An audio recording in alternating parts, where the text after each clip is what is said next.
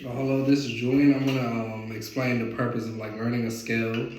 The purpose of learning a scale is to like show your students how a note is played, and basically everything you play in music is basically off of a scale in classical music, and so you at least will learn how each tone just sounds in general, like through each of the 8 notes that you play on. So you start on the first note and then you end on the first note, but it'll change in tone and quality throughout it, depending on what type of scale it is, how many sharps it has, how many flats it has.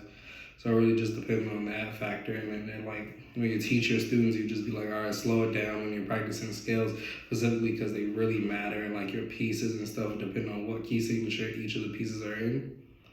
But that's pretty much it. And then I'm gonna model like a B flat scale, the first 5 notes. I'm gonna try my best. One on the B flat. And I'm gonna try to go to C.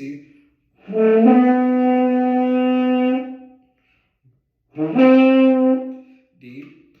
And then the next one is E flat. Last one is F, the key of the French horn.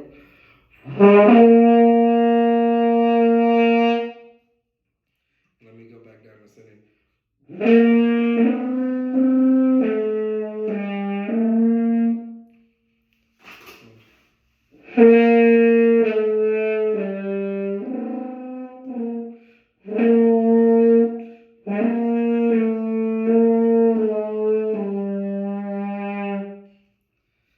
Yep. Yeah, that was pretty much it.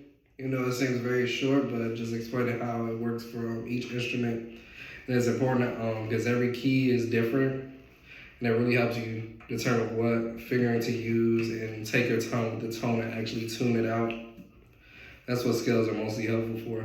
And then just the pieces helps in general with music pieces. All right, that was it.